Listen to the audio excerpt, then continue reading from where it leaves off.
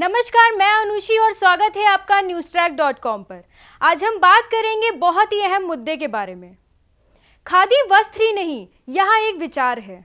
आपको पता होगा कि यह सूत्र वाक्य हमारे राष्ट्रपिता महात्मा गांधी ने दिया था, लेकिन क्या हम इन विचारों के ऊपर खरे उतर पाए हैं?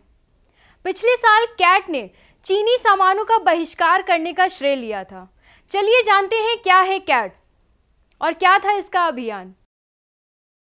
आपको बता दें कि गांधी जी के विचारों को मद्देनजर रखते हुए महात्मा गांधी ने खुद का बनाया हुआ खादी कपड़ा पहनकर विदेशी सामानों का बहिष्कार करने को कहा। लेकिन क्या फायदा हुआ ऐसे विचारों का जो भारतीय होकर भी लगभग हम सभी ही चीन का सामान इस्तेमाल कर रहे हैं। 2020 की बात करें तो भारत चीन के बीच वास्तविक नियंत्रण रेखा पर चीनी सेना द्वारा शांति वार्ता का उल्लंघन कर भारतीय सैनिकों पर हमला की निंदा पूरे देश में हो रही थी और इसी को लेकर confederation of all India traders ने चीनी उत्पादों के बहिष्कार का आह्वान किया था, जो कुछ हद तक लोगों ने किया भी, लेकिन फिर से शायद लोग सामान का बहिष्कार करने से खुद को रोक ना सके। सीआईटी ने एक बयान में कहा कि इस बहिष्कार के पहले चरण में सीआईटी ने वस्तुओं की 500 से अधिक श्रेणियों को चुना है, जिनमें 3000 से अधिक उत्पाद शामिल हैं, जो भारत में भी बनाए जाते हैं, लेकिन सस्ते के लालच में अभी तक चीन से इनका आयात बेरोक-टोक जारी है। बयान में कहा गया है कि इन वस्तुओं के निर्माण के लिए किसी अत्याधुनिक प्रौद्योगिकी की जरूरत नहीं है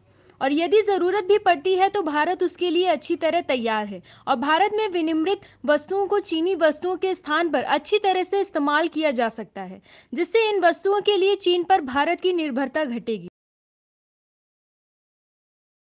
हम जब मार्केट में कुछ खरीदने जाते हैं तो प्रोडक्ट पर मेड इन चाइना लिखा रहता है। वो लिखा हुआ पढ़कर भी हम उस सामान को आसानी से खरीद लेते हैं।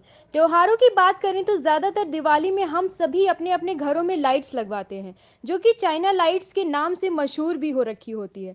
लेकिन पिछले साल कुछ हद तक चाइना के बने सामानों का बहिष्कार देखने को मिला, जिससे भारत के छोटे व्यापारियों को काफ़ी अच्छा प्रॉफिट भी हुआ है। पिछले साल की बात करें तो कोरोना वायरस के बीच मनाई गई दिवाली पर लॉकडाउन से प्रभावित हुए बाजार ने अच्छा रिस्पांस देखा था। 7 करोड़ व्यापारियों और 40,000 व्यापार संगठनों से मिलकर बने व्यापार संघ ने बताया था कि इस बार दिवाली पर बिक्री में 10.8% की बढ़ोतरी देखी गई है, जो छोटे व्यापारियों के लिए अच्छा संकेत है। व्यापार संघ ने यह आंकड़े लखनऊ, नागपुर, अहमदाबाद, जम्मू और जयपुर जैसे कुल 20 शहरों से इकट्ठा किए थे। हम अगर बाहरी सामानों का बहिष्कार कर भारत की बनी चीजों का ही इस्तेमाल करें तो हमारे देश को काफी लाभ और देश का उज्जवल भविष्य दिख सकता है। Confederation of all India traders ने चीनी सामान के बहिष्कार और भारतीय सामान के उपयोग को बढ़ावा देने के लिए अपने राष्ट्रीय अभियान भारतीय सामान हमारा अभिमान के अंतर्गत कमोडिटी की 450 से अधिक कैटेगरी की बृहद सूची जारी की है। इस सूची में 3000 से अधिक ऐसे उत्पाद हैं जो चीन में निर्मित होकर भारत में आयात होते हैं। इनके बहिष्कार का आह्वान कैट ने अपने अभियान के प्रथम चरण में किया है। कैट ने दिसंबर 2021 तक भारत द्वारा चीन से आयात में लगभग 1 लाख करोड़ रुपए की कमी करने का लक्ष्य रखा है।